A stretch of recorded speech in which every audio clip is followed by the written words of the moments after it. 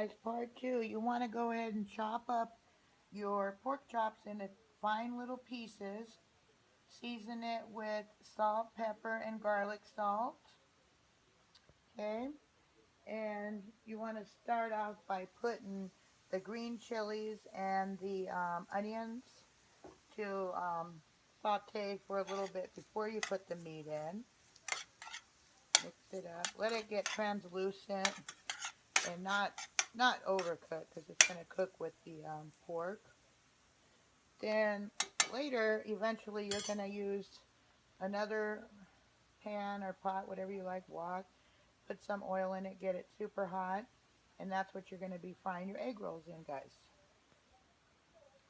Okay, and then over here we got cabbage, which we marinated with vinegar and oil and a little seasoning. Put a little pepper, a little salt on that. Mix it up, and that's going to be what you're going to top your topping with before you deep fry it, guys. So that's part two, and stay tuned for part three.